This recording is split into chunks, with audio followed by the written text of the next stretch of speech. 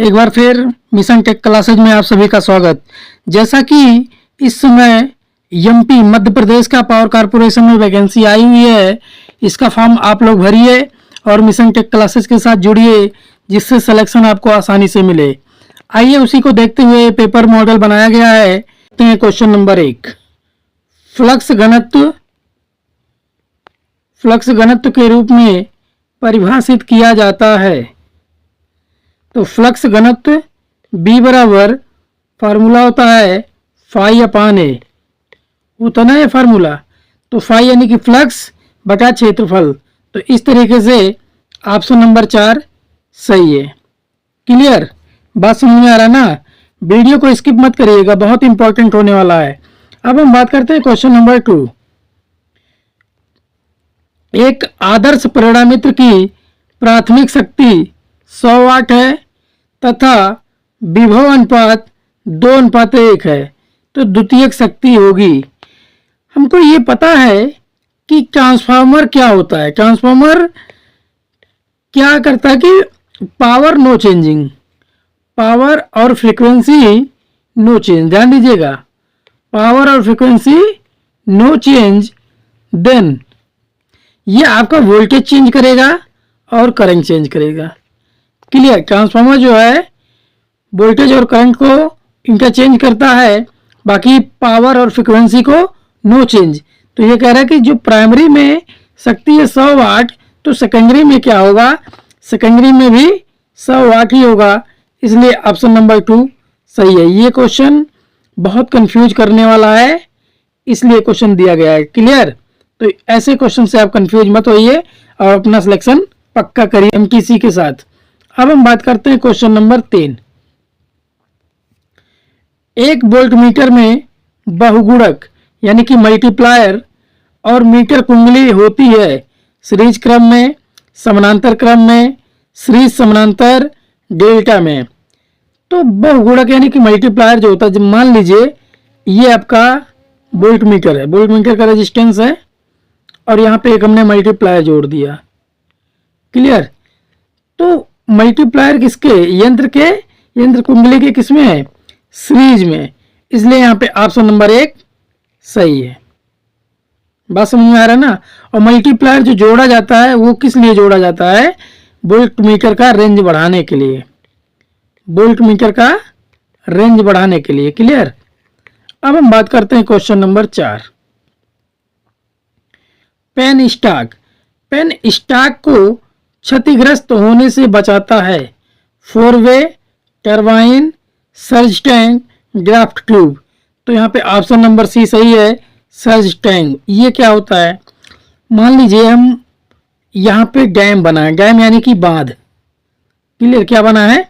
बांध बना है और यहाँ पानी का स्टोरेज हो रहा है और यहाँ से टरबाइन यहाँ बनी हुई है। इस टरबाइन पे पेन स्टॉक ये है, ध्यान दीजिएगा, ये सर्ज टैंक है और ये है पेन स्टॉक। क्या है? ये जो पाइप होती है स्टील की, इसी को बोला जाता है पेन स्टॉक। पेन स्टॉक को क्षतिग्रस्त होने से बचाता है, ये होता है सर्ज टैंक। इसको क्या बोला? ये है आपका सर्ज टैंक। ध्यान दीजिएगा, क्या है ये? Surge tank. तो ये पेन स्टॉक को क्षतिग्रस्त होने से बचाता है, तो इसको बोलते हैं वाटर हैमरिंग से पेन स्टॉक को बचाने वाला जो कार्य करता है वो करता है सर्ज टैंक। क्लियर, और हम बात करते हैं टरबाइन। टरबाइन क्या होता है? गतिज ऊर्जा को किसमें बदलता है? यांत्रिक ऊर्जा में। टरबाइन जो होता है वो पानी की गतिज ऊर्जा को यांत्रिक ऊर्जा में बदलता है, और जो अल्टरनेटर लगा होता है वो अल्टरनेटर यांत्रिक ऊर्जा को इलेक्ट्रिकल ऊर्जा में बदलता है। क्लियर, ये बात समझ में, ध्यान में रखिएगा, बहुत ही इंपॉर्टेंट है टरबाइन। अब हम बात करते हैं क्वेश्चन नंबर 5। एक ऐसी मोटर जिसमें रोटर वाइंडिंग नहीं होती। ऐसा कौन सा मोटर है जिसमें रोटर वाइंडिंग नहीं होती? प्रतिकर्षण motor, reluctance motor, hysteresis motor, stepper motor. तो ऑप्शन नंबर सी है, सही है, हिस्टेरेसिस मोटर। इसके बारे में हम और जानेंगे। या ऐसे जगह ध्वनि उपकरणों में हिस्टेरिसिस मोटर लगाया जाता है। ध्वनि उपकरणों में हिस्टेरिसिस मोटर यूज किया जाता है। क्लियर। और ये जो स्टेपर मोटर है ये खिलौनों में यूज किया जाता है। कहाँ पे? खिलौनों में यूज किया जाता है। क्लियर। अब हम बात करते हैं क्वेश्चन नंबर 6। मूविंग आयरन यंत्रों में डिफ्लेक्शन टार्क समानुपाती होता है धारा के वर्ग के, धारा के वर्गमूल के, धारा के घन के। तो यहाँ पे ऑप्शन नंबर 1 सही है, धारा के वर्ग के। अब हम बात करते हैं एमआई। एमआई यानी कि मूविंग आयरन। मूविंग आयरन यंत्र जो होता है वह एसी और डीसी दोनों पे कार्य करता है। पहला पॉइंट, एसी और डीसी दोनों पे कार्य करता है, लेकिन इसका जो स्केल होता है ध्यान दीजिएगा, ये होता है टी समानुपाते आई स्क्वायर, धारा के वर्ग के समानुपाती होता है। क्लियर। तो इसका जो स्केल होता है पहले पास पास होता है, जैसे जैसे होता है वैसे वैसे बढ़ता जाता है। क्लियर। तो नॉन यूनिफॉर्म होता है। इसका जो स्केल है वो कैसा है? Non uniform. ध्यान दीजिएगा, बहुत इंपॉर्टेंट है। नॉन यूनिफॉर्म यानी कि इसका जो स्केल है वो बराबर नहीं होता है, क्योंकि ये टी समानुपाती आई स्क्वायर, इसका जो टार्क लगता है वो आई स्क्वायर के समानुपाती होता है, यानी कि धारा के वर्ग के समानुपाती होता है। क्लियर। इंपॉर्टेंट पॉइंट है, संभाल के रखना। बात करते हैं क्वेश्चन नंबर 7। एक ट्रांसफार्मर में अगर लोड आधा हो जाता है, ट्रांसफार्मर है उसका लोड आधा हो जाता है, तो ताम्र हानि यानी कि कॉपर लॉस होगा। अब हम बात करते हैं जो पावर लॉस होता है, कॉपर लॉस WC बराबर होता है आई स्क्वायर आर। क्या होता है? आई स्क्वायर आर। तो अगर लोड आधा हो जाए, ध्यान दीजिए, अगर लोड आधा हो जाए तो ये लॉस कितना हो जाएगा? 1/4। क्लियर। तो ऑप्शन नंबर सी सही है, 1/4 हो जाएगा। क्लियर। अब यहाँ पे अगर हमें कॉपर लॉस पता करना होता है तो ट्रांसफार्मर में शॉर्ट सर्किट टेस्ट करते हैं। कौन सा टेस्ट करते हैं? शॉर्ट सर्किट टेस्ट करते हैं। क्लियर। शॉर्ट सर्किट टेस्ट करते हैं और ये वेरिएबल लॉस होता है। क्या होता है? वेरिएबल लॉस होता है, जिसको पता करने के लिए शॉर्ट सर्किट टेस्ट यूज किया जाता है। और ये लोड पे डिपेंड है, जितना लोड कम होगा लॉस उतना कम होगा, जितना लोड ज़्यादा होगा लॉस उतना ज़्यादा होगा। क्लियर। क्योंकि ये वेरिएबल लॉस है। और बात करते हैं क्वेश्चन नंबर 8। इंपॉर्टेंट क्वेश्चन, ध्यान में रखिएगा।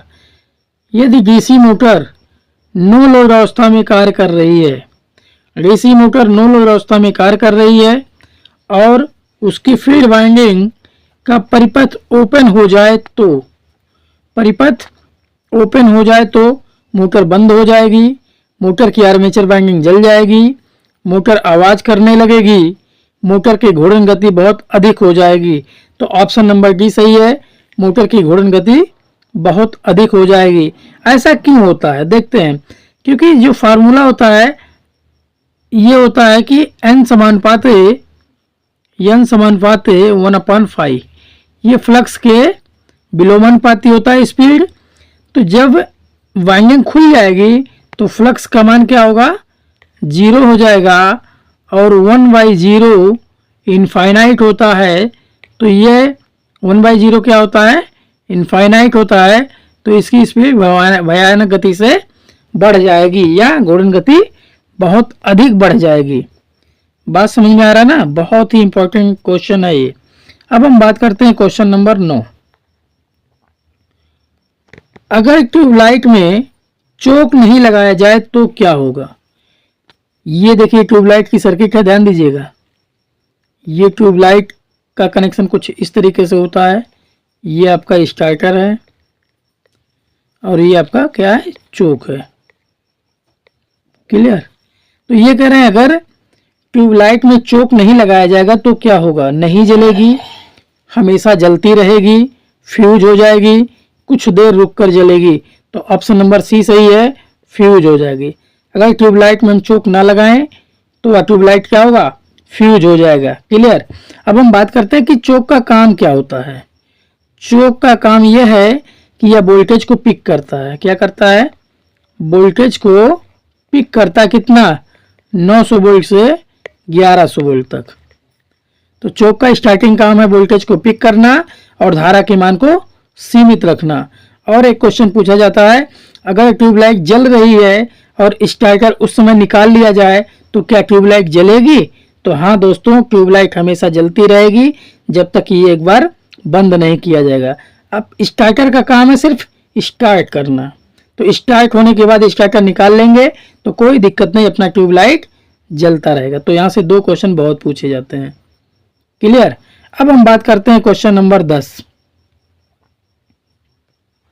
वर्ग ए शक्ति प्रवर्धक यानी कि पावर एम्पलीफायर की अधिकतम दक्षता होती है 50%, 78.5%, 75%, 68%।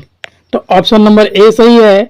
एम्पलीफायर अगर वर्ग ए का है तो उसका अधिकतम जो दक्षता होगी वो 50% होगी।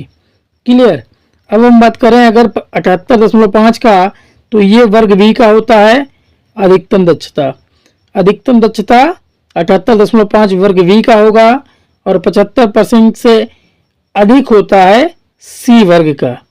क्लियर? तो यहाँ से ए बी सी आपको तीनों मिल गए। ए का 50%, बी का 78.5% और सी का 75%। क्लियर? तो अगर ये वीडियो आपको अच्छा लगा हो, अगर ऐसे वीडियो की ज़रूरत है तो लाइक करें, सब्सक्राइब करें, शेयर करना ना भूलें। थैंक यू, धन्यवाद।